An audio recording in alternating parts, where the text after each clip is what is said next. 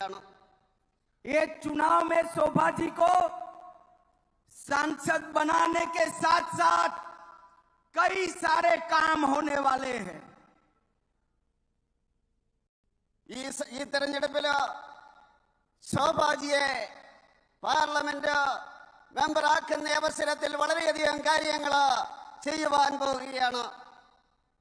भाई और बहनों, ये चुनाव शोभा जी के सांसद बनते ही तीसरी बार नरेंद्र मोदी को प्रधानमंत्री बनाने का चुनाव. സുഹൃത്തുക്കളെ, ഈ തെരഞ്ഞെടുപ്പില് ശോഭാ സുരേന്ദ്രൻ MP ആകുന്നതോടൊപ്പം തന്നെ നരേന്ദ്രമോദി മൂന്നാമതും ഇന്ത്യയുടെ പ്രധാനമന്ത്രിയായിട്ട് സത്യപ്രതിജ്ഞ ചെയ്യുക തന്നെ ചെയ്യും. ये चुनाव भारत को दुनिया में तीसरे नंबर की इकोनॉमी बनाने का चुनाव है. ഈ തെരഞ്ഞെടുപ്പ് ഭാരതത്തെ ലോകത്തിലെ മൂന്നാമത്തെ സാമ്പത്തിക ശക്തിയാക്കുന്നതിന് വേണ്ടിയുള്ള തെരഞ്ഞെടുപ്പാണ്. ये चुनाव 3 करोड़ लखपति दीदी बनाने का चुनाव है. അതുപോലെ തന്നെ ഈ തെരഞ്ഞെടുപ്പിലൂടെ ഏതാണ്ട് 3 കോടി സഹോദരിമാരെ ലക്ഷപതികളായിട്ട് മാറ്റുന്ന തെരഞ്ഞെടുപ്പാണ്. ये चुनाव एग्रीकल्चर, मैन्युफैक्चरिंग और टेक्नोलॉजी तीनों फील्ड में भारत को दुनिया में नंबर 1 बनाने का चुनाव है. അതുപോലെ തന്നെ ഈ തെരഞ്ഞെടുപ്പ് കാർഷിക രംഗത്തും ഉൽപാദന രംഗത്തും കാറ്റലോഗിന്റെ രംഗത്തും 3 രംഗത്തും ഈ ഭാരതത്തെ ഒന്നാമതാക്കാൻ പോകുന്ന തെരഞ്ഞെടുപ്പാണ്. ये चुनाव चंद्रयान, मंगलयान और आदित्ययान को सफल करने का चुनाव है. ഈ തെരഞ്ഞെടുപ്പ് ചന്ദ്രയാനെയും മംഗൾയാനെയും അതുപോലെ തന്നെ ആദിത്യയാനെയും യാഥാർത്ഥ്യമാക്കുന്ന തെരഞ്ഞെടുപ്പാണ്. और ये चुनाव केरल को हिंसा से मुक्त करने का भी चुनाव है. അതുപോലെ തന്നെ ഈ തെരഞ്ഞെടുപ്പ് കേരളത്തെ അക്രമത്തിൽ നിന്നും മോചിപ്പിക്കുന്നതിനുള്ള തെരഞ്ഞെടുപ്പാണ് എന്ന് ഞാൻ പറയുവാൻ ആഗ്രഹിക്കുകയാണ്. ये सो कॉल्ड इंडी अलायंस अब पूरा एक्सपोज हो चुका है. इंडी अलायंस के 2 घटक कम्युनिस्ट और कांग्रेस दिल्ली में तो एक मंच पर आते हैं, केरल और बंगाल में आमने सामने लड़ते हैं. इनकी ये लड़ाई नकली लड़ाई है. कम्युनिस्ट और कांग्रेस के बीच में इलू इलू चल रहा है. संभल कर रखना केरल वालों. അതുപോലെ തന്നെ ഇന്ത്യ അലയൻസ് എന്ന് പറയുന്നവര് അവരെന്താണ്? അവരൊരു കാപട്യത്തിന്റെ ആൾക്കാരാണ്. ഇതിന്റെ 2 ഘടകങ്ങള് കോൺഗ്രസ് അതുപോലെ തന്നെ കമ്മ്യൂണിസ്റ്റുകാര് കേരളത്തിൽ അങ്ങോട്ടും ഇങ്ങോട്ടും വഴക്കടിക്കുന്നു എന്നവര് കാണിക്കുന്നു. എന്നാൽ അവര് ഡൽഹിയില് ഒരു സ്റ്റേജിലിരിക്കുന്നു, ബംഗാളിലും അവര് തമ്മിലടിക്കുന്നു എന്ന് അവര് കാണിക്കുന്നു. ഇവര് 2 പേരും ജനങ്ങളെ ഒരുമിച്ച് നിന്ന് കബളിപ്പിക്കുന്ന ആൾക്കാരാണ് എന്ന് പറയാൻ ഞാൻ ആഗ്രഹിക്കുക. मुझे बताओ भाइयों, PFI पर बैन रहना चाहिए या नहीं रहना चाहिए? PFI നിരോധിക്കണമോ വേണ്ടയോ നിങ്ങൾ പറയൂ. जरा जोर से बोलो, PFI पर बैन रहना चाहिए या नहीं रहना चाहिए? PFI നിരോധിച്ചത് ശരിയാണോ തെറ്റാണോ എന്ന് പറയാൻ ये कम्युनिस्ट और कांग्रेस पार्टी PFI का समर्थन लेते हैं. एक कांग्रेस पार्टी, SDPI ने कांग्रेस पार्टी को समर्थन दिया और कम्युनिस्ट पार्टी भी PFI के बैन पर मौन है. मैं केरल की जनता को कहने आया हूं, नरेंद्र मोदी जी को प्रधानमंत्री बनाइए.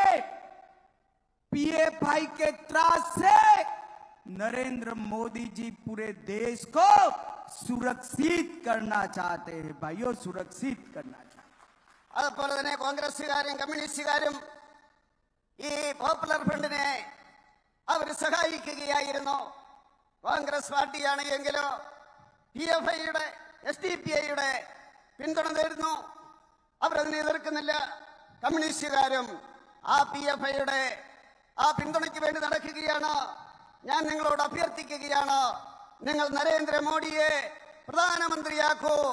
ഈ PFI പോലെയുള്ള ഭീകര സംഘടനകളെ ഈ രാജ്യത്ത് വെച്ചുറപ്പിക്കില്ല എന്ന് പറയുവാൻ ആഗ്രഹിക്കുക.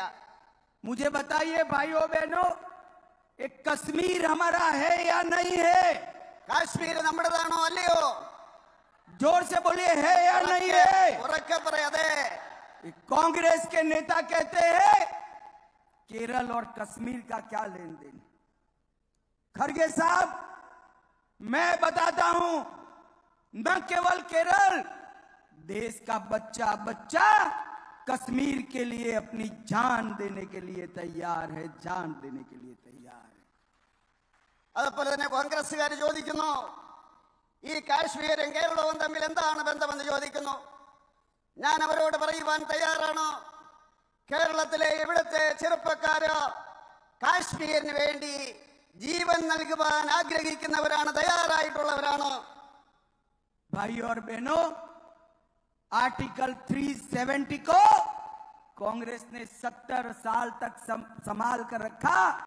नरेंद्र मोदी जी ने आर्टिकल 370 को समाप्त कर कर कश्मीर को हमेशा के लिए भारत का हिस्सा बनाने का काम किया है।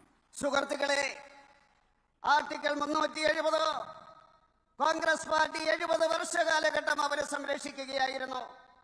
നരേന്ദ്രമോദി 370 അദ്ദേഹം റദ്ദ് ചെയ്തുകൊണ്ട് കാശ്മീരിലെ ഭാരതത്തിന്റെ അവിഭാജ്യ ഘടകമായി എന്നേക്കുമായിട്ട് അദ്ദേഹം മാറ്റുകയുണ്ടായി. नरेंद्र मोदी जी ने देश को आतंकवाद और नक्सलवाद से सुरक्षित करने का काम किया है। നരേന്ദ്രമോദി ഈ രാജ്യത്തെ ഭീകരവാദത്തിൽ നിന്നും അതുപോലെ തന്നെ നക്സൽവാദത്തിൽ നിന്നും സുരക്ഷിതമാക്കി മാറ്റുകയാണ് ഉണ്ടായത്. नरेंद्र मोदी जी ने देश के 80 करोड़ गरीबों को गरीबी हटाने का काम नरेंद्र मोदी जी लगातार कर रहे हैं। അതുപോലെ തന്നെ നരേന്ദ്രമോദി ഈ രാജ്യത്തെ 80 കോടി ജനങ്ങളെ ദാരിദ്ര്യത്തിൽ നിന്ന് മുക്തമാക്കുന്നതിന് വേണ്ടി നിരന്തരമായിട്ട് പ്രവർത്തിച്ചു കൊണ്ടിരിക്കുകയാണ്. नरेंद्र मोदी जी ने पूरे देश भर में गरीबों को, लगभग गरीबों को आयुष्मान भारत योजना के तहत 5 लाख तक का स्वास्थ्य का सारा खर्चा नरेंद्र मोदी जी दे रहे हैं। और अल्पुया में ही, केवल अल्पुया में 6,40,000 लोगों को 5 लाख तक का पूरा खर्चा भारतीय जनता पार्टी दे रही है। അതുപോലെ തന്നെ നരേന്ദ്രമോദി ഈ രാജ്യത്തെ ദരിദ്രരായിട്ടുള്ള ജനങ്ങൾക്ക് ആയുഷ്മാൻ ഭാരത് ആ പദ്ധതിയുടെ അടിസ്ഥാനത്തിൽ 5 ലക്ഷം രൂപ ആരോഗ്യ സംരക്ഷണത്തിന് വേണ്ടി ഉപയോഗിച്ചു കൊണ്ടിരിക്കുകയാണ്. അതുപോലെ തന്നെ ആലപ്പുഴയിൽ ഏതാണ്ട് 6 ലക്ഷം പേർക്ക് ആ രീതിയിൽ ഈ ആയുഷ്മാൻ ഭാരതിന്റെ പദ്ധതി നടപ്പിലാക്കിക്കൊണ്ടിരിക്കുകയാണ്. सिर्फ अल्पुया में 360 करोड़, 360 करोड़ और 201 योजनाएं नरेंद्र मोदी जी अर्बन डेवलपमेंट की अमरूद की लेकर आए हैं। അതുപോലെ തന്നെ ആലപ്പുഴയിൽ ഇവിടുത്തെ നഗര വികസനത്തിന് വേണ്ടി 360 പദ്ധതികൾ, അതുപോലെ 201 പദ്ധതികൾ നരേന്ദ്രമോദി ആലപ്പുഴയിൽ നടപ്പിലാക്കിക്കൊണ്ടിരിക്കുകയാണ്.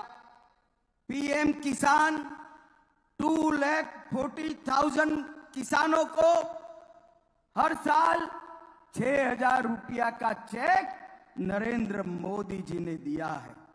അതുപോലെ PM കിസാന്റെ അടിസ്ഥാനത്തിൽ 2,44,000 കർഷകർക്ക് ഈ ആലപ്പുഴയിൽ 6,000 രൂപ വെച്ച് നരേന്ദ്രമോദി ഒരു വർഷം കൊടുത്തുകൊണ്ടിരിക്കുകയാണ്.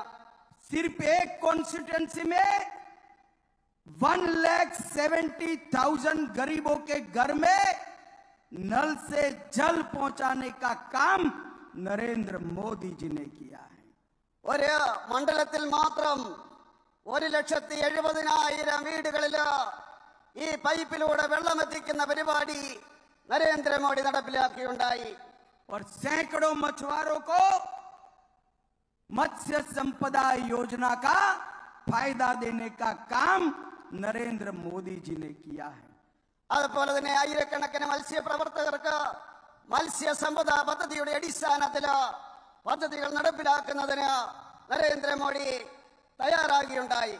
अल्पुया वालों, मैं एक मोदी गारंटी कहने आया हूं.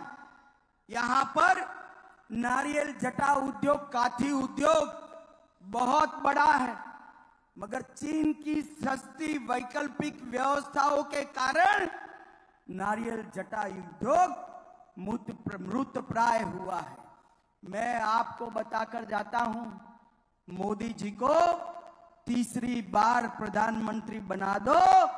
नारियल जटा उद्योग के लिए हम स्पेशल पैकेज लेकर यहां उसको मजबूत करने का काम करेंगे. അതുപോലെ തന്നെ മോഡി ഗ്യാരണ്ടിയുടെ കാര്യം പറയുവാൻ ഞാൻ ആഗ്രഹിക്കുകയാണ്. ഈ ആലപ്പുഴയിൽ കയറിന്റെ വ്യവസായം ധാരാളമായിട്ടുണ്ട്. അത് പക്ഷേ മുന്നോട്ട് പോകുന്നില്ല. നരേന്ദ്രമോദിയെ നിങ്ങൾ മൂന്നാം പ്രാവശ്യവും തിരഞ്ഞെടുക്കുകയാണെങ്കിൽ, പ്രധാനമന്ത്രിയായിട്ട് തിരഞ്ഞെടുക്കുകയാണെങ്കിൽ, അതിനുവേണ്ടി കയറിന് വേണ്ടി ഒരു സ്പെഷ്യൽ പാക്കേജ് നടപ്പിലാക്കുമെന്ന് പറയുവാൻ ഞാൻ ആഗ്രഹിക്കുകയാണ്. कम्युनिस्टों के शासन में, कांग्रेस के शासन में केरल में टेररिज्म को पनाह देने का काम किया है. കമ്മ്യൂണിസ്റ്റുകാരുടെയും കോൺഗ്രസുകാരുടെയും ഭരണകാലഘട്ടത്തിലോ കേരളത്തിലെ ഭീകരവാദത്തെ അവർ പ്രോത്സാഹിപ്പിക്കുകയാണ് ഉണ്ടായത്. माइनॉरिटी वोट बैंक के चक्कर में पीएफआई का समर्थन करने का काम कम्युनिस्ट और कांग्रेस दोनों ने किया है. അതുപോലെ തന്നെ ചില ന്യൂനപക്ഷങ്ങളുടെ പിന്തുണ കിട്ടുന്നതിന് വേണ്ടി PFIയെ കോൺഗ്രസും അതുപോലെ തന്നെ കമ്മ്യൂണിസ്റ്റ് പാർട്ടിയും പ്രോത്സാഹിപ്പിക്കുകയാണ് ഉണ്ടായത്. 2021 में हमारे कार्यकर्ता रणजीत श्रीनिवासन के उनको परिवार के सामने ही 56 गांव लगाकर हत्या करने का काम एसडीपीआई और पीएफआई के लोगों ने किया है. 2021 ഈ ആലപ്പുഴയിലെ രഞ്ജിത്ത് ശ്രീനിവാസനെ അദ്ദേഹത്തിന്റെ കുടുംബത്തിൽ കയറിയിട്ട് 56 വെട്ടുപെട്ടി അദ്ദേഹത്തിന്റെ കുടുംബാംഗങ്ങളുടെ മുമ്പിൽ വെച്ച് ഈ PFIയും SDPIയും കൂടെ അങ്ങനെ അതിക്രൂരമായിട്ട് കൊലപ്പെടുത്തുകയുണ്ടായി. आरएसएस के मुख्य शिक्षक नंदू की भी हत्या 2021 में टेररिस्ट संगठनों ने की है. അതുപോലെ തന്നെ ചെന്നത്തലയിലെ നന്ദുവിനെയും ഇതുപോലെ തന്നെ ഭീകരവാദികള് കൊടും ക്രൂരമായിട്ട് കൊല്ലുകയാണ് ഉണ്ടായത്.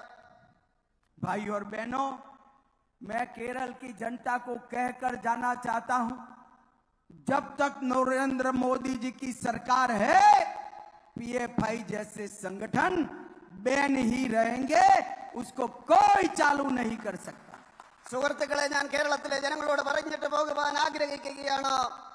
എപ്പം വരെയും നരേന്ദ്രമോദി പ്രധാനമന്ത്രിയായിരിക്കുമോ അപ്പം വരെയും ഈ PFI പോലെയുള്ള ഭീകര സംഘടനകളെ ഈ കേരളത്തിന്റെ ഈ ഭാരതത്തിന്റെ മണ്ണിലോ കാലുകുത്താൻ അനുവദിക്കില്ല എന്ന് പറയുവാൻ ഞാൻ ആഗ്രഹിക്കുകയാണ്. कांग्रेस और कम्युनिस्ट किसान विरोधी पार्टियां हैं. 2014-15 में धान की एमएसपी 1310 रुपया थी, वो मोदी जी ने बढ़ाकर 1310 से इंक्रीज कर 2183 एमएसपी करने का काम नरेंद्र मोदी जी ने किया है. ഈ കോൺഗ്രസുകാരും കമ്മ്യൂണിസ്റ്റുകാരും കർഷക വിരുദ്ധരാണ്. 2014-15 കാലഘട്ടത്തിലോ ഇതിന്റെ താങ്ങുവില എന്ന് പറയുന്നത് 1310 രൂപയായിരുന്നു. നരേന്ദ്രമോദി അത് 2183 രൂപയാക്കി ഉയർത്തിയിട്ട് കർഷകരെ സംരക്ഷിക്കുകയാണ് ചെയ്തത്. भाई और बहनों, कोऑपरेटिव सेक्टर छोटे लोगों का सेक्टर है. സുഹൃത്തുക്കളെ, ഈ സഹകരണ മേഖല എന്ന് പറയുന്നത് പാവപ്പെട്ടവന്റെ മേഖലയാണ്. कम्युनिस्ट पार्टियों ने करूवन्नूर कोऑपरेटिव बैंक का स्कैम और इसमें लूट कर कोऑपरेटिव की भावनाओं पर बड़ा हमला किया है। ഈ കമ്മ്യൂണിസ്റ്റുകാര് കരുവണ്ണൂർ കോപ്പറേറ്റീവ് സൊസൈറ്റിയിൽ കൊള്ള നടത്തിയിട്ട് ഈ സഹകരണ മേഖലയുടെ പ്രവർത്തനത്തിന് അവര് തടസ്സം സൃഷ്ടിച്ചിരിക്കുകയാണ്. मैं आपको केरल वालों बताकर जाता हूं, ईडी इसकी जांच कर रही है। करुवन्नूर कोऑपरेटिव बैंक का एक एक पैसा इसके डिपॉजिटर के पास वापिस देने का काम नरेंद्र मोदी सरकार करेगी। അതുപോലെ തന്നെ കേരളത്തിലെ ജനങ്ങളോട് പറയുവാൻ ഞാൻ ആഗ്രഹിക്കുകയാണ്, ഇഡി ഈ കാര്യത്തിലുള്ള അന്വേഷണം നടത്തുകയാണ്. കരുവന്നൂർ കോപ്പറേറ്റീവ് ബാങ്കില് ഡിപ്പോസിറ്റ് ചെയ്ത ഓരോരുത്തർക്കും അവരുടെ ഓരോ പൈസയും നരേന്ദ്രമോദി തിരിച്ചു കൊടുക്കുമെന്ന് പറയുവാൻ ഞാൻ ആഗ്രഹിക്കുകയാണ്. सीपीएम और कांग्रेस दोनों एक कोऑपरेटिव घोटाले के लिए चुप्पी साधे हैं। भारतीय जनता पार्टी सबको दंड देने का काम करेगी। അതുപോലെ തന്നെ CPM-ഉം കോൺഗ്രസും ഈ സഹകരണ മേഖലയില് അവര് സഹകരിക്കുന്നവരാണ്. എല്ലാവരെയും തീർച്ചയായിട്ടും കുഴപ്പം കാണിച്ച് എല്ലാവരെയും ഭാരതീയ ജനതാ പാർട്ടി ശിക്ഷിക്കാൻ ആഗ്രഹിക്കുകയാണ്. एक और तो सीपीएम कह रही है भारत एटॉमिक पावर नहीं रहेगा। मैं सीपीएम के आकाओं से कहना चाहता हूं, पहले आप जहां जहां कम्युनिस्ट शासन है वहां कहिए कि एटॉमिक पावर न रहे। भारत मोदी जी के नेतृत्व में, पहले अटल जी के नेतृत्व में और मोदी जी के नेतृत्व में एटॉमिक पावर बना है और ये बना रहेगा। देश की सुरक्षा के साथ कोई खिलवाड़ नहीं होगा। CPM പറയുകയാണ് ഭാരതം ഒരിക്കലും അണു പവറായിട്ട് മാറുവാൻ പാടില്ല എന്ന്. ഞാൻ പറയുവാൻ ആഗ്രഹിക്കുന്നു, അടൽ ബിഹാരി വാജ്പേയി ഭരിച്ചിരുന്ന കാലഘട്ടത്തിലും അതുപോലെ തന്നെ അതിനുശേഷം മോഡിജി ഭരിക്കുന്ന അവസരത്തിലും ആ അണുബോംബിന്റെ ശക്തിയായിട്ട് ഭാരതം മാറുകയാണെന്ന് പറയുവാൻ ഞാൻ ആഗ്രഹിക്കുകയാണ്. एक और तो वो एटॉमिक पावर बनने का विरोध करते हैं और दूसरी ओर एटॉमिक मिनरल ब्लैक सैंड का इलीगल माइनिंग कर विदेशों में बेचने का काम एक कम्युनिस्ट पार्टी करती है. അവർ ഒരു ഭാഗത്ത് ഇതുപോലെയുള്ള ആറ്റോമിക് പവറിന്റെ കാര്യത്തിൽ എതിർക്കുന്നു, പക്ഷേ ഇവിടുത്തെ കരിമണല് ഖനനം ചെയ്തുകൊണ്ട് വിദേശത്തേക്ക് അവർ കയറ്റുമതി ചെയ്യുവാൻ വേണ്ടിയാണ് ശ്രമിക്കുന്നത്. भाई और बहनों, ये ब्लैक सैंड माइनिंग के स्कैम में कम्युनिस्ट और कांग्रेस दोनों पार्टियों के नेता शामिल। ഈ കരിമണൽ ഈ ഖനനത്തിന്റെ കാര്യത്തിൽ കമ്മ്യൂണിസ്റ്റ് പാർട്ടിയുടെയും കോൺഗ്രസ് പാർട്ടിയുടെയും നേതാക്കന്മാരോ ഒരുമിച്ച് നിന്നുകൊണ്ടാണ് അതിനെ സഹായിക്കുന്നത്. ढेर सारे स्कैम में मुख्यमंत्री के परिवारजन और इनकी ऑफिस का इन्वॉल्वमेंट आया है, परंतु पारदर्शिता की बात करने वाली एक कम्युनिस्ट पार्टी अपने मुख्यमंत्री पर एक शब्द बोलने के लिए तैयार नहीं है. അതുപോലെ തന്നെ മുഖ്യമന്ത്രിയുടെയും അദ്ദേഹത്തിന്റെ കുടുംബത്തിന്റെയും ഓഫീസിന്റെയും പേരില് അഴിമതി ആരോപണങ്ങള് ഉണ്ടായി. പക്ഷേ ഈ കോൺഗ്രസുകാര് അവർക്കെതിരെ ഒരു വാക്ക് പറയുവാൻ അവർ തയ്യാറായില്ല. अल्पुया में कांग्रेस और कम्युनिस्ट दोनों पार्टियों को एंटी नेशनल संगठनों का समर्थन प्राप्त है. കോൺഗ്രസുകാരും അതുപോലെ തന്നെ കമ്മ്യൂണിസ്റ്റുകാരും ദേശവിരുദ്ധ ശക്തികൾക്ക് അവർ പിന്തുണ കൊടുക്കുകയാണ്. देखिए, सीपीएम को पीडीपी का समर्थन प्राप्त है और कांग्रेस को एसडीपीआई का समर्थन प्राप्त. മാർക്സിസ്റ്റ് കമ്മ്യൂണിസ്റ്റ് പാർട്ടിക്ക് PDPയുടെ പിന്തുണയുണ്ട്, അതുപോലെ തന്നെ കോൺഗ്രസ് പാർട്ടിക്ക് SDPയുടെയും പിന്തുണയുണ്ട്.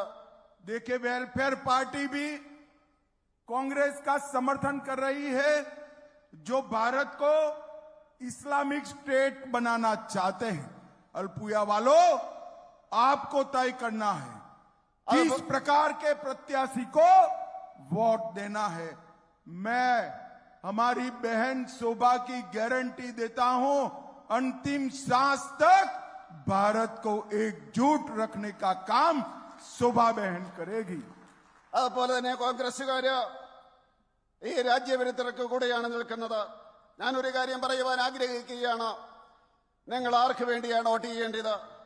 ഞാൻ പറയുവാൻ ആഗ്രഹിക്കുന്നു, നമ്മുടെ സഹോദരി ശോഭാ സുരേന്ദ്രൻ തിരഞ്ഞെടുക്കപ്പെട്ട് കഴിഞ്ഞാൽ അവരുടെ അവസാനത്തെ ശ്വാസം വരെയും ഈ രാജ്യത്തിന്റെ പുരോഗതിക്ക് വേണ്ടി പ്രവർത്തിക്കുമെന്ന് പറയുവാൻ ഞാൻ ആഗ്രഹിക്കുകയാണ്. भाई और बहनों, केरल में हमारे मछुआरा भाई बहुत महत्वपूर्ण तरीके से देश की सेवा कर रहे हैं। സുഹൃത്തുക്കളെ, കേരളത്തിലെ നമ്മുടെ മത്സ്യപ്രവർത്തകര് വളരെ മഹത്വപൂർണമായിട്ട് രാജ്യത്തിന്റെ സേവനം നടത്തുകയാണ്. केरल में 2,17,000 मछुआरों को बायोमेट्रिक कार्ड देकर उनको सुरक्षित करने का काम नरेंद्र मोदी जी ने किया है। കേരളത്തില് 2,17,000 ഈ മത്സ്യപ്രവർത്തകർക്ക് ബയോമെട്രിക് കാർഡ് കൊടുത്തുകൊണ്ട് നരേന്ദ്രമോദി അവരുടെ ജീവിതം സുരക്ഷിതമാക്കുകയാണ് ഉണ്ടായത്. Fisheries and aquaculture infrastructure development fund में सिर्फ केरल में 260 करोड़ रुपया 260 करोड़ रुपीस देने का काम नरेंद्र मोदी जी ने दिया है। അതുപോലെ തന്നെ ഫിഷറീസും അതുപോലെ തന്നെ ആ രംഗത്ത് 260 കോടി രൂപ ഫിഷറീസ് ആൻഡ് അക്വ രംഗത്ത് 260 കോടി രൂപ നരേന്ദ്രമോദി മാറ്റിവെക്കുകയുണ്ടായി. और प्रधानमंत्री मत्स्य संपदा योजना में केरल को 444 करोड़ रुपया देने का काम नरेंद्र मोदी जी ने किया है। അതുപോലെ തന്നെ പ്രധാനമന്ത്രി മത്സ്യസമ്പദാ പദ്ധതിയില് 444 കോടി രൂപയുടെ പദ്ധതി അദ്ദേഹം ആവിഷ്കരിക്കുകയുണ്ടായി, നടപ്പിലാക്കുകയുണ്ടായി. भाई और बहनों, अंत में मैं इतना ही कहना चाहता हूं, केरल और देश को केवल और केवल मोदी जी सुरक्षित रख सकते हैं। സുഹൃത്തുക്കളെ, അവസാനമായിട്ട് ഞാൻ പറയുവാൻ ആഗ്രഹിക്കുകയാണ്, ഈ കേരളത്തിനും അതുപോലെ തന്നെ രാജ്യത്തിനും സുരക്ഷയൊരുക്കണമെങ്കിൽ നരേന്ദ്രമോദിക്ക് മാത്രമേ സാധിക്കൂ എന്ന്. केरल और देश का विकास केवल और केवल नरेंद्र मोदी जी कर सकते हैं। അതുപോലെ തന്നെ കേരളത്തിന്റെയും രാജ്യത്തിന്റെയും വികസനം അത് കേവലം നരേന്ദ്രമോദിക്ക് മാത്രമേ ചെയ്യുവാൻ സാധിക്കുകയുള്ളൂ. और महान भारत केवल नरेंद्र मोदी जी और भाजपा ही बना सकती है। അതുപോലെ മഹാൻ ഭാരത തീർച്ചയായിട്ടും ബിജെപിയും നരേന്ദ്രമോദിക്കും മാത്രമേ അതിനെ സൃഷ്ടിക്കാൻ സാധിക്കുകയുള്ളൂ. अंत में मोदी जी के हाथ मजबूत करने के लिए अल्पुया में परिवर्तन करिए और शोभा बहन को प्रचंड बहुमत के साथ जिताइए, ऐसा मेरा आप सभी को रिक्वेस्ट है। धन्यवाद। അവസാനമായിട്ട് നരേന്ദ്രമോദിയുടെ കരങ്ങൾക്ക് നിങ്ങൾ ശക്തിയേകൂ. അതിനുവേണ്ടി സഹോദരി ശോഭാ സുരേന്ദ്രന് വൻ ഭൂരിപക്ഷത്തോടുകൂടി അവരെ വിജയിപ്പിക്കണമെന്ന് അഭ്യർത്ഥിക്കുന്നു.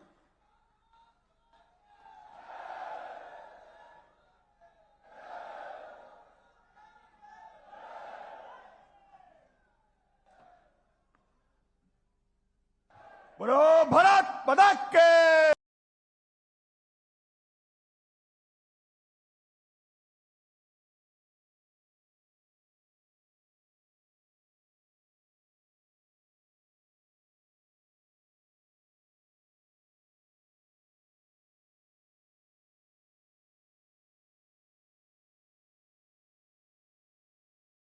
solely target speech because of its falsity or something like that. So maybe there's a use for an as-applied challenge in that kind of a situation. That's a fair point, Your Honor. That's just not the situation here. And It's not going to be the situation in almost any case. That was a special case where, of course, you have a very unique statute that was punishing. But that was really a facial challenge, too, because it was saying, like, this is just punishing falsity for falsity's own sake. Yeah. None of the charges in this case are about that. They are about falsity employed as part of, or statements employed as part of a pattern of criminal conduct in numerous ways. So there's nowhere to go.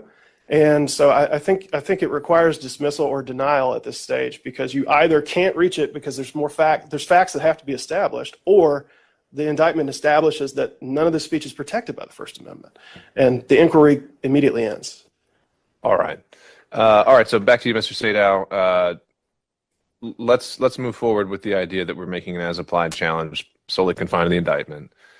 This isn't a facial challenge. You're not saying any of these statutes are on this face Correct. unconstitutional. And your argument is that this is core political speech. Correct. So some crimes can be achieved solely through speech, though. Terroristic threats, solicitation. Why is that not what's happening here, as alleged? Well, I think it requires kind of a detailed analysis, so if I may. Sure. All right, so the first thing we have to decide is whether or not, and we're talking about President Trump, we're not talking about the actions of others. We have to look and see whether or not that which has been alleged as facts is in fact core political speech, political discourse, protected speech at its zenith. I don't think there's any question that statements, comments, speech, expressive conduct that deals with campaigning or elections has always been found to be at the zenith of protected speech. What do we have here? We have election speech. So one must determine immediately whether that constitutes core political speech, and I suggest that it does. Now, does that make a difference ultimately? Yes, because the more core speech, the more it is protected, the less the government should be involved in restricting it. I don't think there's any real doubt about that. So then the question becomes, is the mere fact that the state here represents that it is false or fraudulent under the statutes, is that enough? Now, one I just heard, I think the state's position would be yes. All we have to do is say it's false, it's integral to criminal conduct, it's fraud, and therefore it can't be unconstitutional as applied. I don't believe that that's what the law says. I think what the law really looks at is, it's not so, particularly, and I don't need to go back through in detail everything that Alvarez said, but I think Alvarez is important because even when you talk in terms of, and I'll start with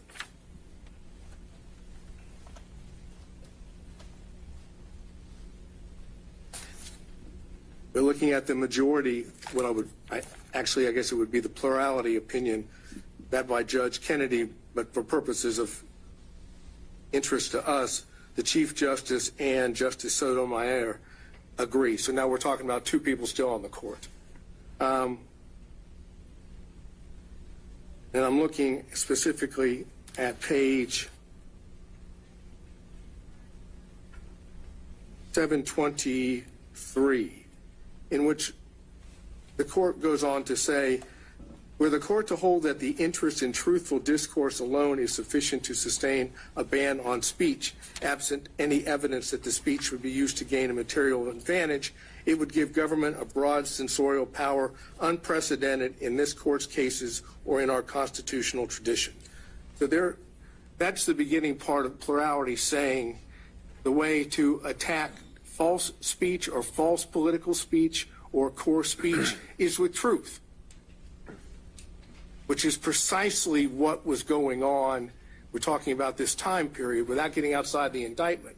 You're talking about at the same time the allegations are being made, factual allegations in the indictment, you have others that are fighting that off. Government's position would be with state's position with truth. Moving beyond Alvarez, that part of it,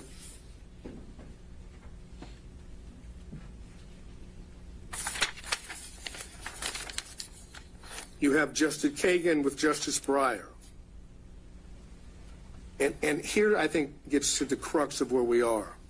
And this is the concurring opinion. It goes through a litany of false statement cases in which the government's position in Alvarez is being false in and of itself is enough. That is, once you determine it's false, we're done.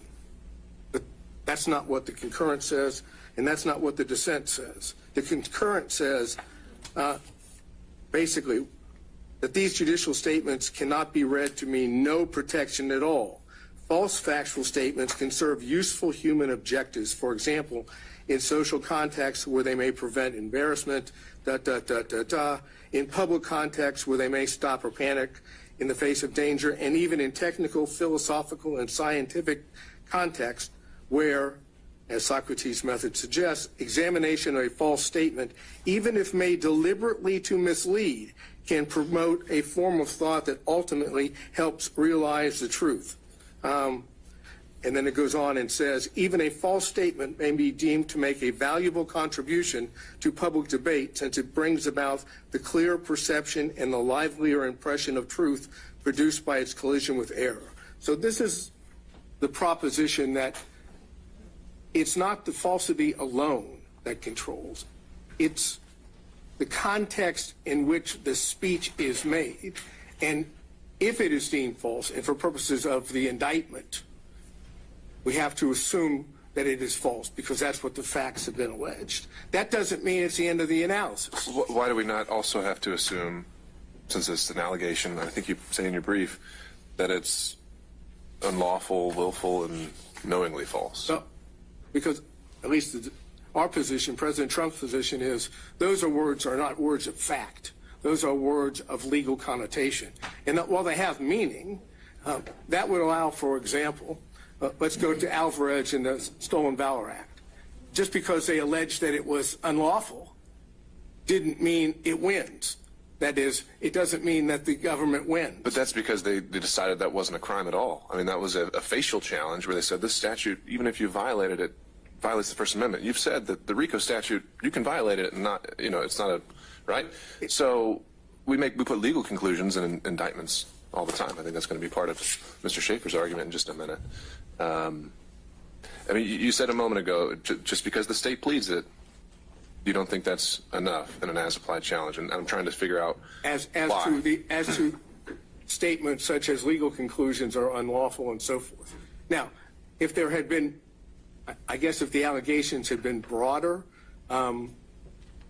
maybe we wouldn't be at that crossroads. But those aren't facts. The facts, as I've outlined or we've outlined in our brief, you take the overt acts, you look at those overt acts, and then those at the same time, and then look at the substantive offenses or conspiracy offenses in the rest of the body of the indictment. Words like unlawful don't change that. At least that's our position.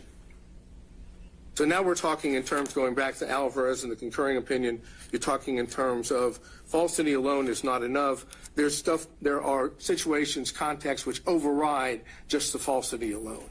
And that's, again, the political discourse, the political speech. The more significant it is to certain issues, clearly being President of the United States at the time, dealing with elections and campaigning, calling into question whether what had occurred, at least in the election of 2020 for president, that's the height of political speech. And then you go even to the dissent, which I think is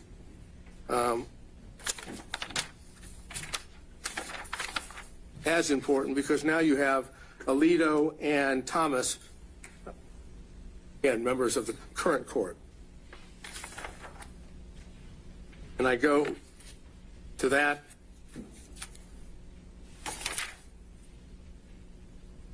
What I believe starts at page 751. And it says,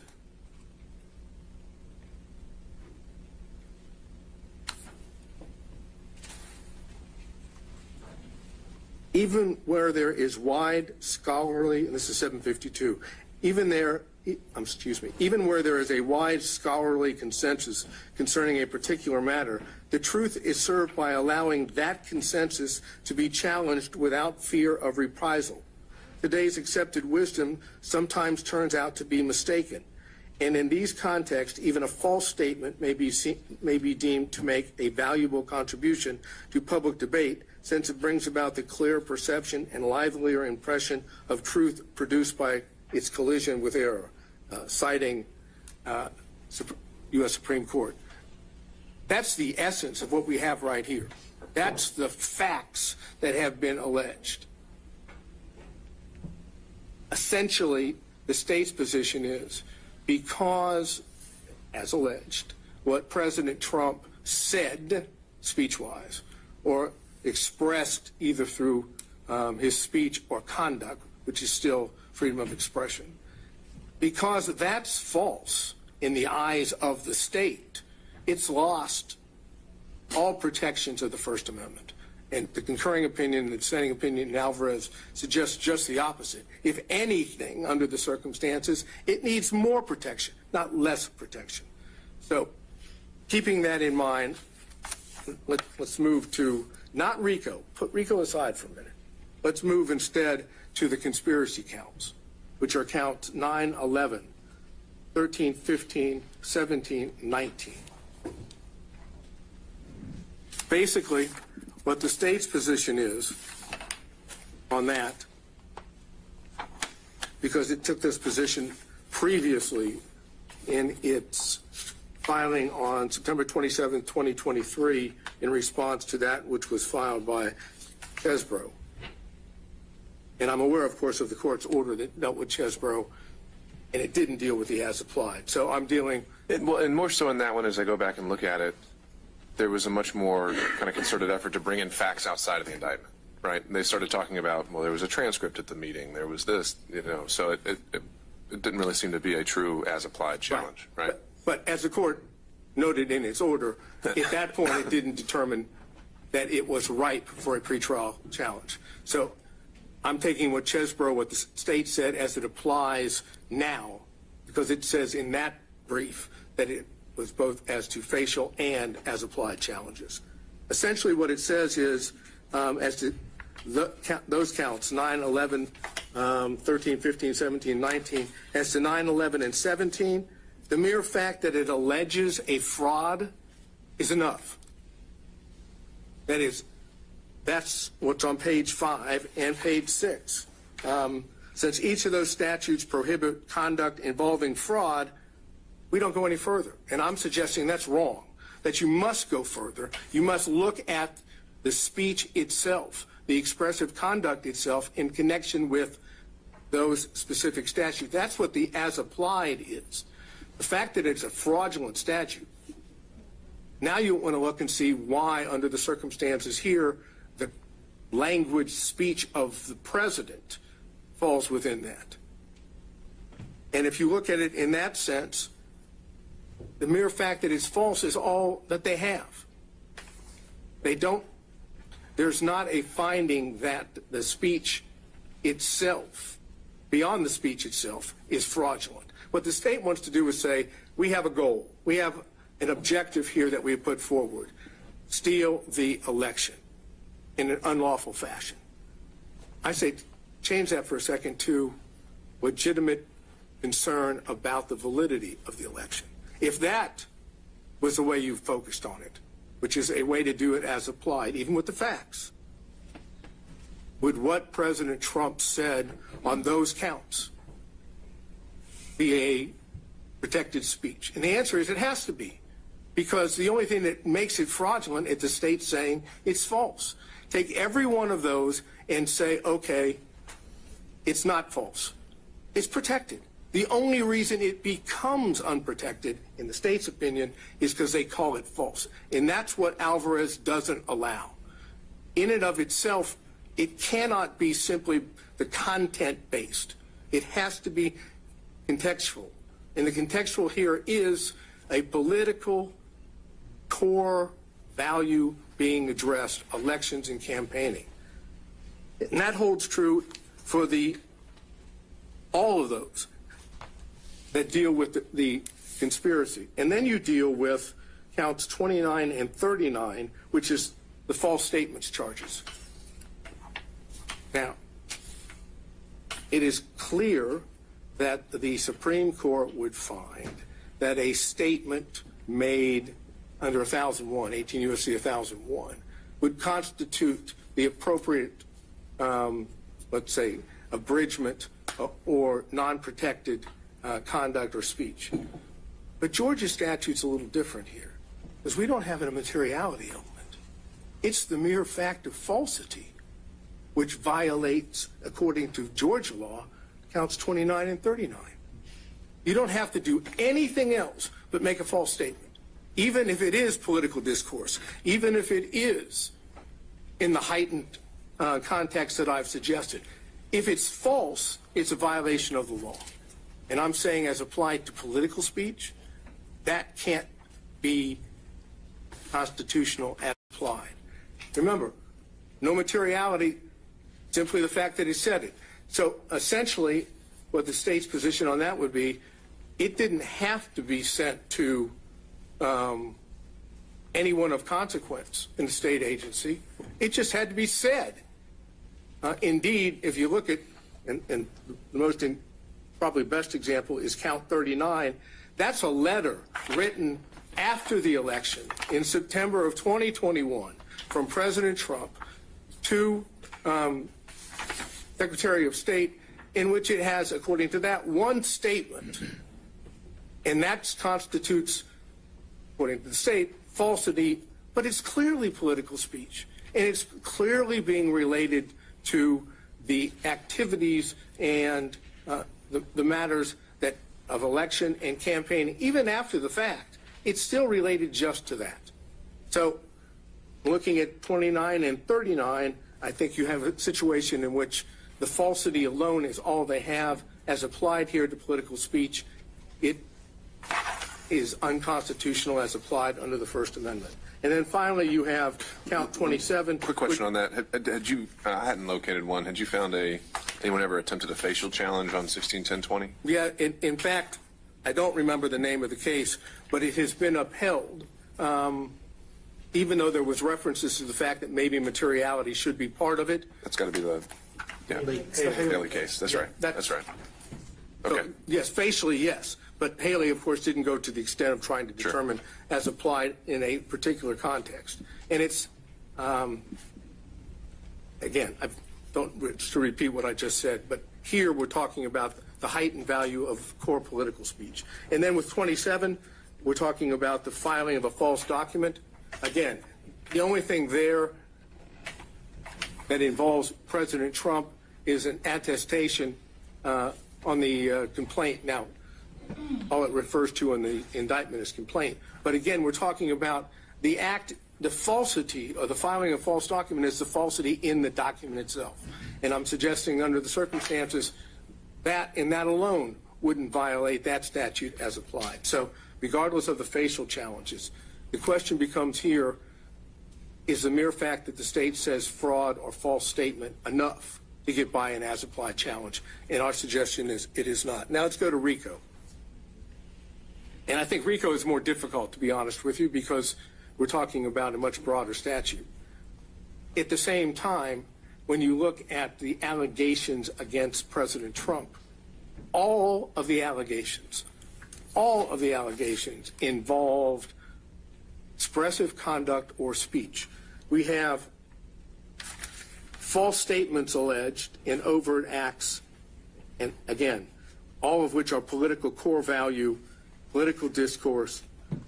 You have false statements in overt acts 1, 5, 7, 8, 17, 93, 97, 108, 113, 133, 135, and 157.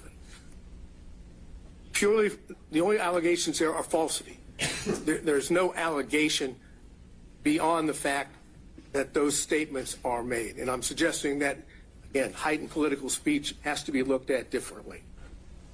When it comes to tweets, which is, at least the way the state sets it forth, is also political speech, and here certainly by the then President of the United States, you have tweets in 22, 26, 27, 32, 75, 100, 101, 106, 114, 128, 138, and 139. So the majority of the overt acts involve false statements or tweets which are clearly political speech. How best to deal with that under the circumstances? to prosecute those under a broad RICO charge, supposedly with contesting an election by, I guess, illegitimate speech or expressive conduct? Or is the way that we are set up as a country is that the First Amendment plays through this by others, by those that are complaining that it's false, proving it's false, bringing forth the truth? That's the essence of what Alvarez has said. That's the essence of what a case called Brown versus Hartledge, which is cited in Alvarez, 456 U.S. 45 at 61, a 1982 decision. All of those speak in terms of when you're dealing with that speech, that political speech, you're best to deal with it through the pushing forth a counter view of truth, not prosecuting the speech maker or the person that is articulating his political views. Here we've done just the opposite. We have decided that because those views were unpopular and in state's opinion false, we must prosecute them to stop them from happening again, which is, again, the essence of why it's unconstitutional as applied, because that's not what the law says. Finally, the rest of the overt acts, either telephone calls or meetings or requests, no false statements. They're just acts, expressive acts. And they're in there as well. Those are political acts. And for the court's benefit, because I know there's a lot of overt acts, those are 9, 14, 19, 28, 30, 31, 40, 42, 43, 44, 90, 95, 112. What was in the old indictment is 123. Paragraph number 2 is now, I think, is 125. 130, 131, 140, and 156. There is nothing alleged factually against President Trump that is not political speech. So what this court has to decide is the state's position that fraud or false statements under these circumstances, which I suggest really is alone, is that enough to get it by an as-applied challenge? Our position is it's not. Is there another way to look at this? They're going to argue at the same time that it's integral to criminal conduct. But it's the speech that's being punished. That is the criminal conduct. If it's not the criminal conduct, there would never be an indictment for the RICO against President Trump or any of these other counts. Take out the political speech, no criminal charges. Political speech disagreed with, basis for all charges. I think that is the best way for me to sum up where our position is. All right. Thank you, Mr. Sadow. All right, Mr. Wickford or Mr. Floyd, if there are any points that you wanted to address or respond to. Maybe I'll start you off with this. It certainly seems that the primary case driving Mr. Sadow's argument would be Alvarez, and because that's a fractured kind of plurality opinion, I'm wondering if you have any thoughts on just how much that can drive this. And I know the state back in December was also citing Alvarez as a primary case. I wonder if that's even the best one for your arguments. I think to address the first, elephant in this courtroom is that a Judge Chotkin in D.C. has evaluated all of these arguments under Supreme Court precedent already. So I would refer, Your Honor, to that court's analysis because I'm hardly going to improve upon the findings of a federal judge. However, speaking specifically to Alvarez, it is a plurality opinion with several different opinions written by other justices. What they all agree on, though, is that Alvarez doesn't change the law that speech integral to criminal conduct is not protected under the First Amendment, and that that's not what Alvarez was about. It was about punishing falsity for its own sake. So the question is that what the state is doing here?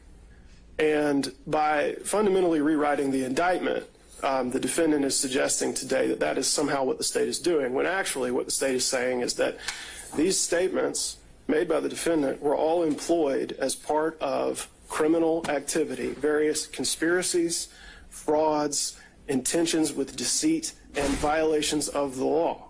It's not just that they were false. It's not that the defendant has been hauled into a courtroom because the prosecution doesn't like what he said. He is free to say to make statements and to file lawsuits and to make other legitimate protests. What he is not allowed to do is employ his speech and his expression and his statements as part of a criminal conspiracy to violate Georgia's RICO statute, to impersonate public officers, to file false documents, and to make false statements to the government. That's what he's alleged to do. He's not charged under 161020 because he told some lies. Although it is very interesting to hear counsel for Mr. Trump tell us about the usefulness of lies. He's not being prosecuted for lying. He's being prosecuted for lying to the government, an act which is illegal because it does harm to the government. That's the reason that it's illegal. That's why it's different from the statute evaluated in Alvarez. Same thing with filing a false document. It's not just that you made a false statement. It's that you swore to it in a court document and submitted it to the court. That does harm to the judicial system. That's obviously different from just falsity being punished for its own sake. And that is what each and every charge in the indictment demonstrates, is that these statements are part of criminal conduct that is larger than just the false statement on its own. Especially with the RICO charge, where what we see is that this is a criminal organization whose members and associates engaged in various criminal activities, including but not limited to false statements and writings, impersonating a public officer, forgery, filing false documents, influencing witnesses, computer theft, computer trespass, and on and on and on. What the defendant is suggesting to Your Honor is trying to get around to the fact that because it's almost saying that because these statements are false, that these charges should be dismissed. It's like, well, you can't punish falsity on its own, and yet each time you look at the charge, the state is saying that he lied. So that must be the end of the inquiry. But that's not the end of the inquiry at all. That's not what the indictment says. It's not just that he lied over and over and over again, as counsel for the defendant points out by listing all of the instances in the indictment. It's that each of those was employed as part of criminal activity with criminal intentions. And we finally get to a place where where I knew we would end up, which is saying, I believe Your Honor was requested to think about it as not as lies, but as legitimate concern about election issues. Well, that sounds like a trial argument to me. But this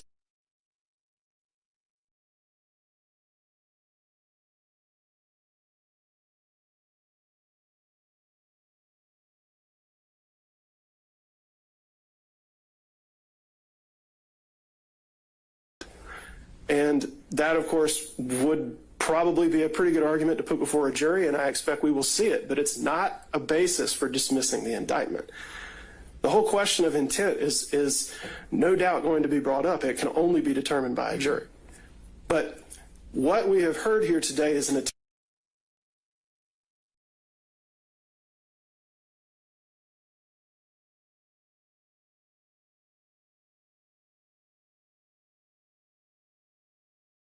conspiracy trying to overturn election results for an election he did not win by violating the RICO statute, by making false statements to the government, by filing false documents, by impersonating officers, and doing a whole host of other activity which is harmful in addition to the falsity of the statements employed to make them happen. So I think there's been a suggestion that Your Honor can sort of reframe what you're looking at, but Alvarez does nothing to shift the basis that the court should stand upon when evaluating the indictment.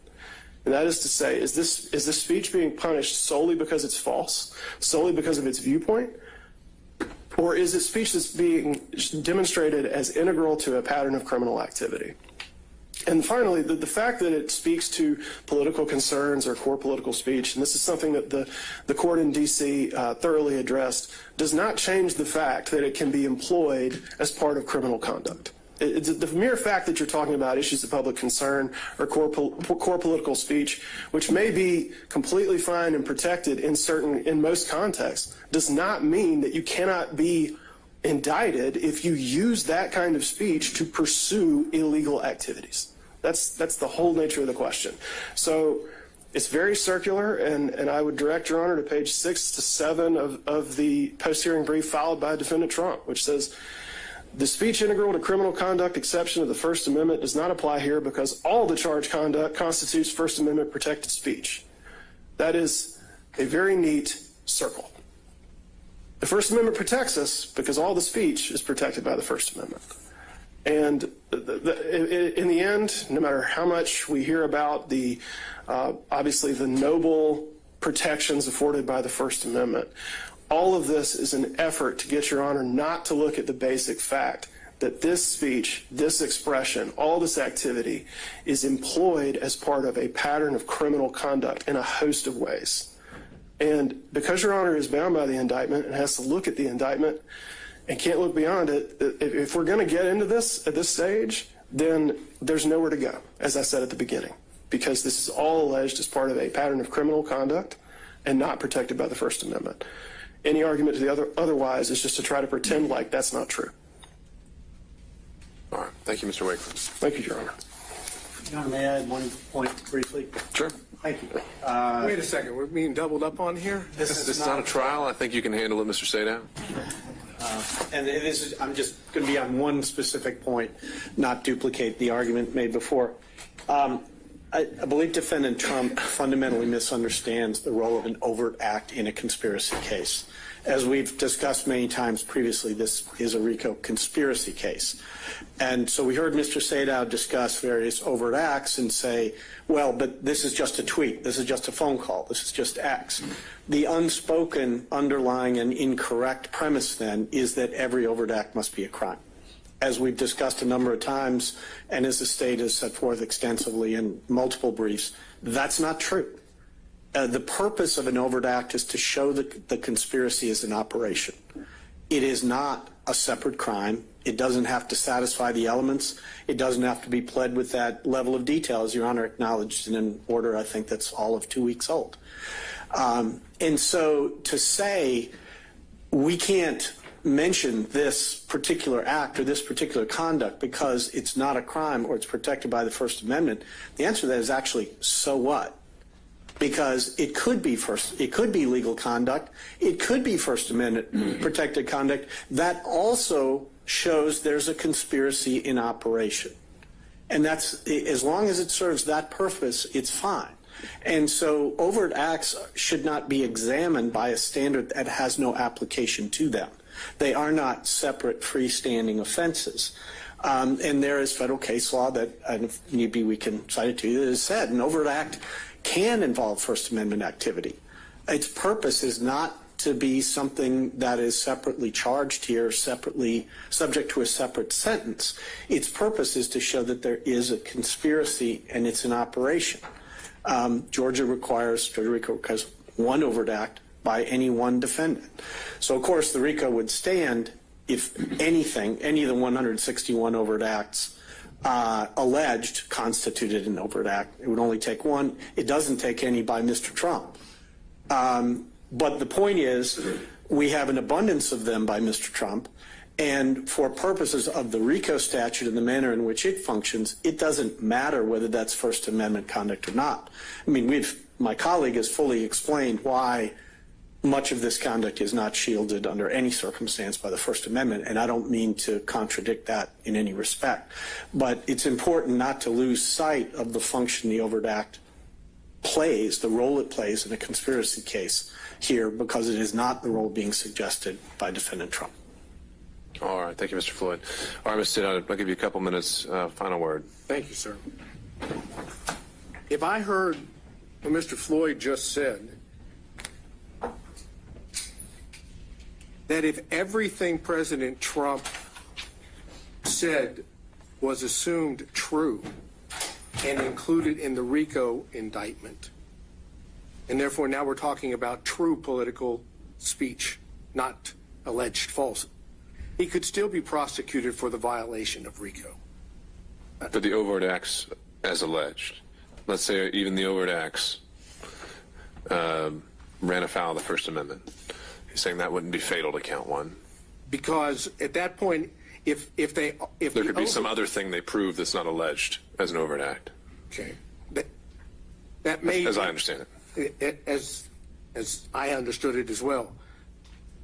But what I'm suggesting is, if all of the overt acts are nothing more than core political speech or expressive conduct, and nothing else is alleged which is not protected by the First Amendment, then you have an insufficient basis for which he has been indicted, because he's being indicted for First Amendment speech and not for unprotected speech. And therefore, the statement that was made about if it were true, we could still use it as an overt act, suggests that they can prosecute true speech, which is what we're trying to get to here. It's the nature of the speech, the political speech, the heightened value of such, which gets this situation different than others, and the fact that it comes from then President of the United States.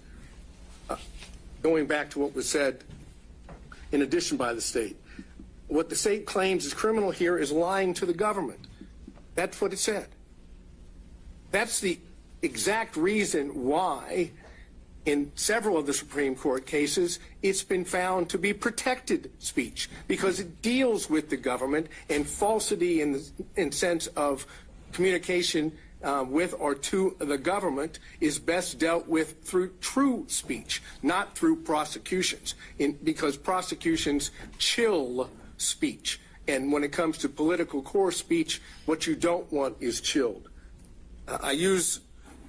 Fortunately, I have a co-counsel that is able to pull things up and help me inform the court until the computer shuts down. And looking at what Haley says, just to give you an idea of how the Georgia court, the Supreme Court, might look at this. There's a quote from Haley, and it says, "While there is no constitutional value in false statements of fact, such erroneous statements are nevertheless inevitable in free debate, and punishment of error runs the risk of inducing a cautious and restrictive exercise of the constitutionally guaranteed freedoms of speech and press. Accordingly, the First Amendment requires that we protect some falsehood in order to protect speech that matters." And I think that's what we're talking about here. To end this, and again, we're focusing on President Trump's conduct at the time that he, in fact, is the head of the executive branch.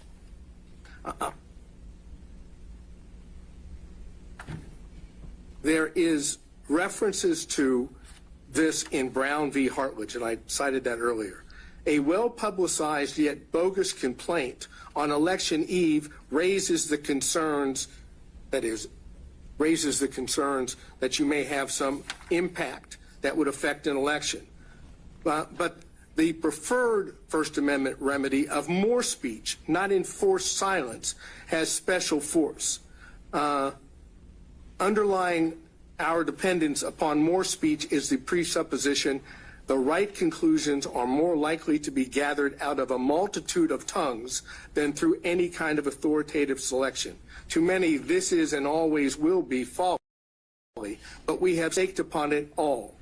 And for speech concerning public affairs is more than self-expression, it is the essence of self-government, and that comes from Garrison v. Louisiana, which is cited also in Alvarez.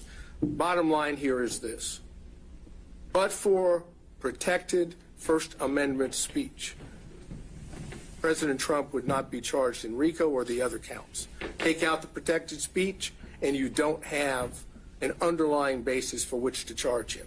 And since that violates the Constitution as applied to the charges here and his speech here and his position here, this is ripe for a constitutional challenge. One step further. If it's not ripe now and we get into intent, when does the court determine that? Do you determine that after we have a trial? I think it would be the directed verdict stage. Well, right? but would it? That's a sufficiency of evidence. With all inferences, in favor of the state. That's a whole question. I mean, do we go through the whole trial? God forbid there should be a conviction, and then we go back to trying to determine as applied? I'm suggesting the reason it's ripe now, and the reason why we don't even get to a trial, is because it's unconstitutional to force an accused, be it the President of the United States, former President, or anyone else, to stand trial on protected speech. And I think that's what Alvarez and the progeny previous to that and after say. All right. Thank you, Mr. Sadow. All right. Mr. Gillen, do you need a minute before we dive in, or can we get started? No, we're ready to go. Okay, so just teeing this one up. I know there's a good bit of your motion that goes back into a lot of ground I think we covered at the December hearing. Well, let me start off with some good news for the court. I'm happy to hear it. See the smile already on the court's face. Wow. Our general and specific demur, a great deal of that does go into the areas of RICO that the court has not only ruled on but heard other arguments. Well, I haven't ruled on it yet, but it was just we talked about continuity. We talked about in October the 17th ruling addresses some of the issues that were addressed. So I'm not going to replow that ground. That the court has heard. Aware of the government's position. I know that probably ruined Mr. Floyd's day by not allowing him to get up and go back over his RICO expertise. I'm not going to do that. What I'd like to do, though, today is to move forward to some areas that I do think needs to be. And the question really, when the court said, do we want to have oral arguments today or not? And then the question was, well, because on the RICO thing, I think I probably could have said, if it was just the RICO component, I would have said, fine, let's just do it on the papers. You've got a lot of other counts. There's some other things that I wanted to talk about and have the court focus on as it relates to some of the other aspects of the demurs, special and general demurs, and to focus on that in this way. Number one, I want to talk a little bit about some of the counts impersonating public officers. I want to talk about the forgery, the false statements, briefly, and talk about that, but also to raise this issue with the court. Now, we argued that in our pleadings, but the defendant still filed additional motions on these very issues and did a very, very good job in a lot of his arguments. We know that the court granted the stay for defendant Still because he's of the state legislature, and thus, had that not happened, Mr. Beaver would be here with me talking about these issues. I think that the Still pleading addressed a lot of the issues that were raised in the response by the state, and so with the forgiveness, hopefully, of my dear friend Mr. Beaver, I'm going to mention some of the things that they mentioned, but I would hope on behalf of defendants Still, the court may listen to what I say, but also prior to ruling on these particular issues might afford defendant Still the opportunity to have his own oral argument day so that he could more fully address these issues, and that's. And I would appreciate that on his behalf. When we talk, let's get on to it. We're talking about impersonating a public officer charge, and we talk about that. When we talked about that, we talked about whether or not the charge of public officer, right? Impersonating a public officer charge, count 8.